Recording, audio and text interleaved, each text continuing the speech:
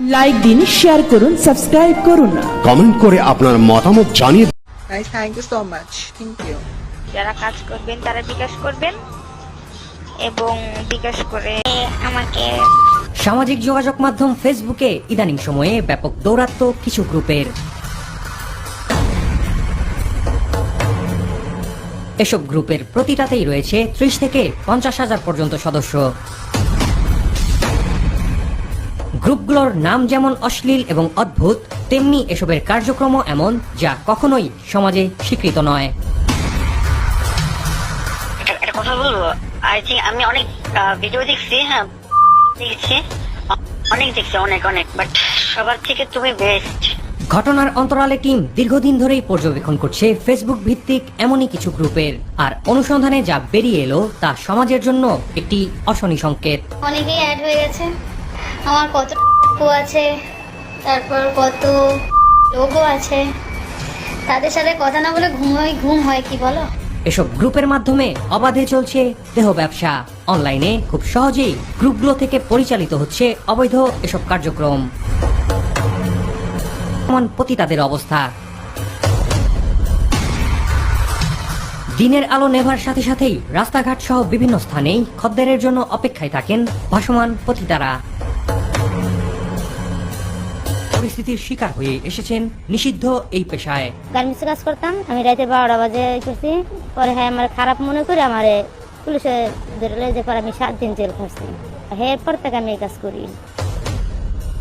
আবাসিক হোটেলগুলোতে মাঝে মাঝেই আইন শৃঙ্খলা রক্ষাকারী বাহিনীর হানা পড়ে, তাই সেখানে নিরাপদ না হওয়ায় নিরিবিলি এলাকাতেই এখন বেশি আনাগোনা তাদের। এমনই কিছু স্থানে ঘটনার অন্তরালে টিম ক্যামেরা দেখেই মুহূর্তে পাল্টে যায় দৃশ্যপট, সটকে পড়েন খদ্দেররা। দেহ ব্যবসায় জড়িতরা জানালেন, বাসাবাড়ি কিংবা নিরিবিলি স্থানে কার্যক্রম চালাতে গেলে তাতেও রয়েছে বিপদ, কিন্তু বাধ্য হয়েই তবু যেতে হয় অভিশপ্ত এই পেশার ডাকে। সম্ভ্রম গেছে, ছিনতাই হয়েছে টাকাও, কিন্তু তারপরও কেন এই পেশায় কত টাকাই বা উপার্জন হয় নিত্যদিন। সাম্প্রতিক সময়ে ফেসবুকে বেড়ে গেছে দেহ ব্যবসা গ্রুপের কার্যকলাপ। গ্রুপগুলোতে যুক্ত হওয়ার প্রক্রিয়া সহজ হওয়ার ফলে যে কেউ অনায়াসেই জড়িয়ে পড়ছেন অসামাজিক কার্যকলাপে। এখানে যৌন সঙ্গ পাওয়ার কোডওয়ার্ড হচ্ছে সার্ভিস। আবার রয়েছে অনেক ক্যাটাগরিও, অর্থাৎ কে কি ধরনের সার্ভিস নিতে ইচ্ছুক তার জন্য রয়েছে দরদামের তালিকাও।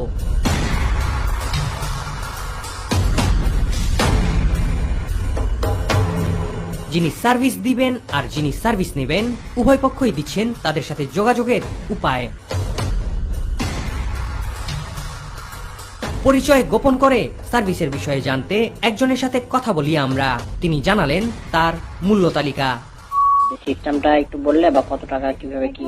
একদম 1000 আপনি বিকাশ করে আমাকে লাস্ট নাম্বারটা বললে আমি ওই নাম্বারটা দিয়ে দেবো, যদি তোমার ভালো লাগে আমাকে নাম্বার 1020 টাকা পাঠাতে। এই নাম্বারে 1020 টাকা, আর ওইটা 1 ঘন্টা? 1 ঘন্টা। 1 ঘন্টা কি ইমোতে না কিভাবে, বুঝি নাই। ইমোতে কি সব না নাকি জামার উপর? ব্যবহার করা হচ্ছে এমন সব ছবি কিংবা ভিডিও যা দেখে আকর্ষণ অনুভব করতে বাধ্য অনেকেই।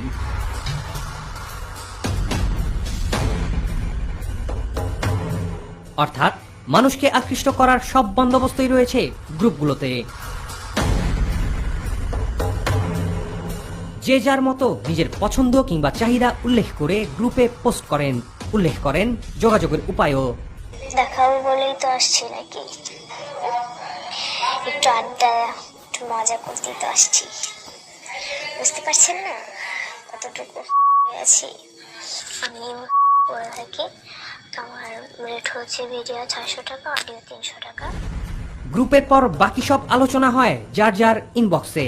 সেটা হতে পারে ফেসবুক মেসেঞ্জার, ইমো কিংবা ভিগো সহ আরো অনেক মাধ্যম। সেখানে দরদাম নির্ধারণ হওয়ার পর যা ঘটে তা সহজেই অনুমান করে নেওয়া যায়।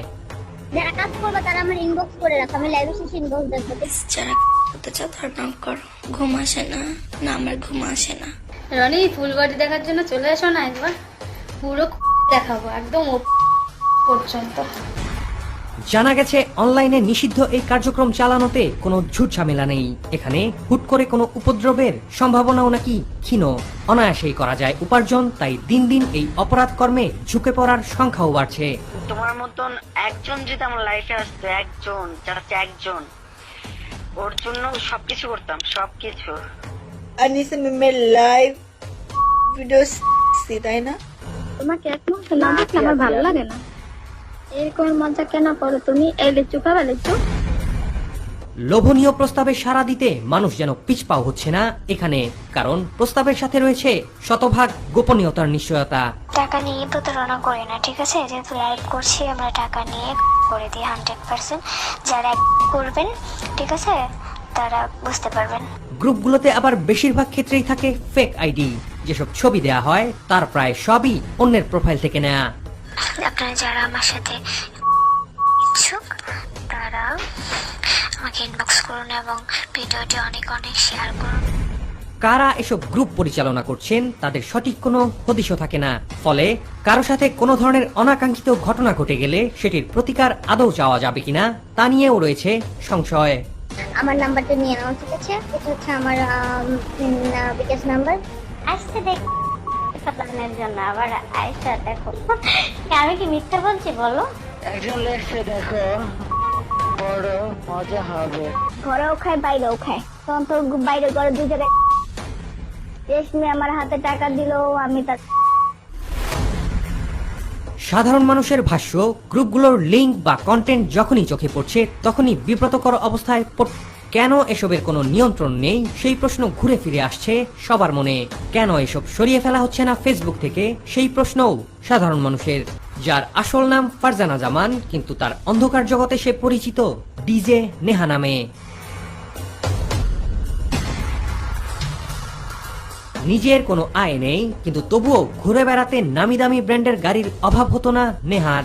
চলাফেরা ও পোশাক দেখে বোঝারই উপায় নেই এই নেহা নিম্ন মধ্যবিত্ত পরিবারের একজন সদস্য।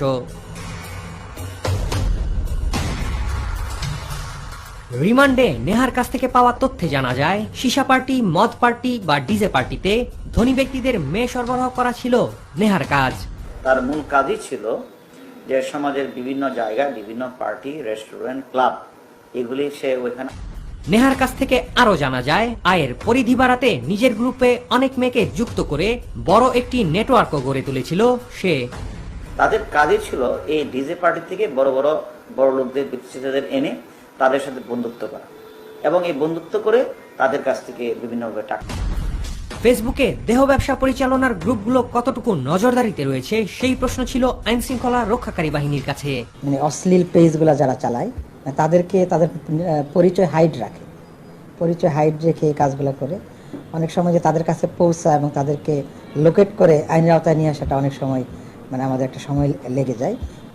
তাহলে এসব গ্রুপ এবং কন্টেন্ট ফেসবুক থেকে সরিয়ে ফেলতে বাধা কোথায়? আর জড়িতরা আইনের আওতায়? শুধু জড়িতদের বিচার নয়, ফেসবুকে এসব গ্রুপ এবং অশ্লীল কন্টেন্টগুলো ফিল্টারিং বা সরিয়ে না ফেললে এটি সমাজে ক্যান্সারের আকার ধারণ করবে বলে মনে করছেন সমাজ বিশ্লেষকরা। আর গ্রুপগুলোকে ফিল্টারিং বা বন্ধ করার বিষয়টি কিছুটা জটিল বলে উল্লেখ করলেন তথ্য প্রযুক্তিবিদরা। সরকার যদি চায় এই কন্টেন্টগুলোকে ফিল্টারিং করতে পারে এবং এই গ্রুপগুলোকে বন্ধ করার ব্যবস্থা নিতে পারে। বিটিআরসি যদি যৌথ সমন্বয়ের মাধ্যমে কাজ করা হয় তাহলে এই গ্রুপগুলো বা কোনো নির্দিষ্ট আইডি বা ফেসবুক পেজগুলোকে বন্ধ করা সম্ভব বা ফিল্টারিং করা সম্ভব। আমাদের সমস্যা যেটা হয়েছে, আমরা তো আসলে বাইরে ডেভেলপ করা সলিউশন ইউজ করি। যেমন আপনি যেটা বলেন ফেসবুক অথবা ইমো, এটা তো আসলে আমাদের নিজেদের ডেভেলপ সলিউশন না। ফলে দেখা যায় অনেক ক্ষেত্রেই লো লেভেলের ডাটা অ্যাক্সেস গভর্নমেন্ট লেভেলেও থাকে না। সেই জন্যই এরকম লো লেভেলের যে সোশ্যাল এক্সপ্লয়টেশন গুলো হচ্ছে সেগুলোর নলেজ অনেক সময় হয়তো গভর্নমেন্টের কাছে অ্যাভেলেবল না। এই জন্য আমার কাছে মনে হয় যে ডেফিনেটলি আমাদের দেশের লোকাল সলিউশন তো ডেভেলপ হতেই পারে। ইন এডিশন টু দ্যাট, এরকম বড় বড় যারা সার্ভিস প্রোভাইডার বাংলাদেশে আছে, যেমন আপনি অলরেডি নাম বলেছেন যে ইমো, এটা বাংলাদেশে অনেক মানুষ কিন্তু এখান থেকে সার্ভিস নেয়। ভাইবার, হোয়াটসঅ্যাপ, এগুলা সব কিছু অনেকে থাকলেও দেখা যায় সবগুলা কিন্তু বাংলাদেশের মানুষ ইউজ করে না, অল্প কিছুটাই বেশি মানুষ ইউজ করে যাবে। সুতরাং ভবিষ্যতে অনলাইন দেহ ব্যবসা নামক ব্যাধির ব্যাপকতা এবং ভয়াবহতা রোধে করণীয় সমূহ নির্ধারণ করার এখনই সময়। যত চ্যালেঞ্জই হোক না কেন, অন্ধকার জগতে অবাধ বিচরণের সুযোগ বন্ধ হোক, সেটাই প্রত্যাশা সবার।